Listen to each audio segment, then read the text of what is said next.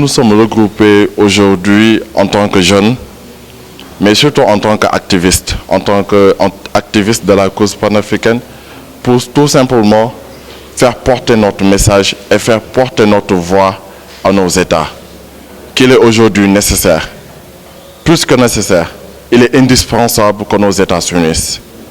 Sans union, le développement ne serait qu'utopie et rêve.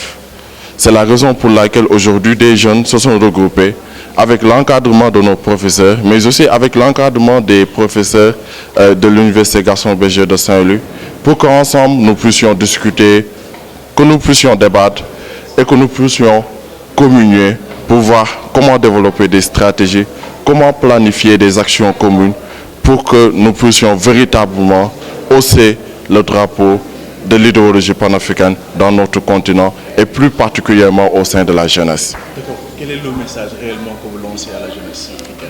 Le message réellement que nous lançons, c'est un message de sensibilisation et un message de mobilisation. Il est temps, franchement, que chaque jeune africain puisse faire du combat du panafricanisme et de la réalisation des États-Unis d'Afrique son combat. Parce que sans cela, nos concitoyens ne pourront vivre dans des conditions améliorées, ne pourront vivre dans un idéal prospère.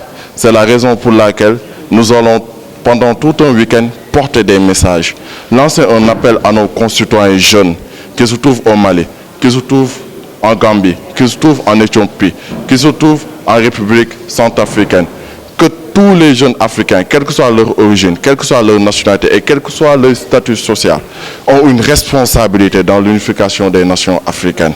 Avant d'être sénégalaise, et je suis là pour soutenir la jeunesse et je suis toujours là quand la jeunesse m'appelle.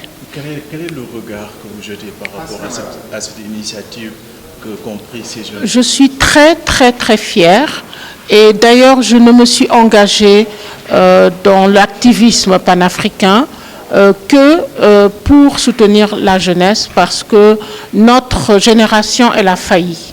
Nos générations ont failli. Donc là, moi je mets maintenant tout mon espoir sur la jeunesse et je me dis que partout où ils m'appelleront, partout où ils auront besoin de moi, je serai là à leur côté parce que maintenant c'est le seul espoir qui reste à l'Afrique de sortir de ce piège, de cette impasse où on est depuis très longtemps. Après l'esclavage, ça a été la colonisation. Après la colonisation, ça a été l'indépendance soi-disant, parce qu'en fait, ils sont partis que pour mieux rester. Et maintenant, nous sommes dans une phase où on doit vraiment se révolter contre tous ces états de fait et repartir d'un bon pied. Et la jeunesse peut réaliser ça, et je le sais, je le crois fermement. Et donc, je suis là pour ça. Même question pour le président. Quel est le message que vous lancez à cette jeunesse africaine? Alors, moi, la jeunesse africaine, je lui dis déjà de prendre le pouvoir, parce que personne ne lui donnera jamais. Donc, aujourd'hui, il ne faut pas qu'il soit complexé de quoi que ce soit. Il faut qu'il en fait, la jeunesse doit se mettre partout où il y a des décisions à prendre et les prendre. Partout où il y a du pouvoir à prendre, il faut que la jeunesse vienne et dire « je prends le pouvoir ici, je prends le pouvoir là », parce que nous, on ne leur donnera jamais. Vous avez bien vu tout ce qui nous dirige, voilà. Donc, c'est ça mon principal message à la jeunesse.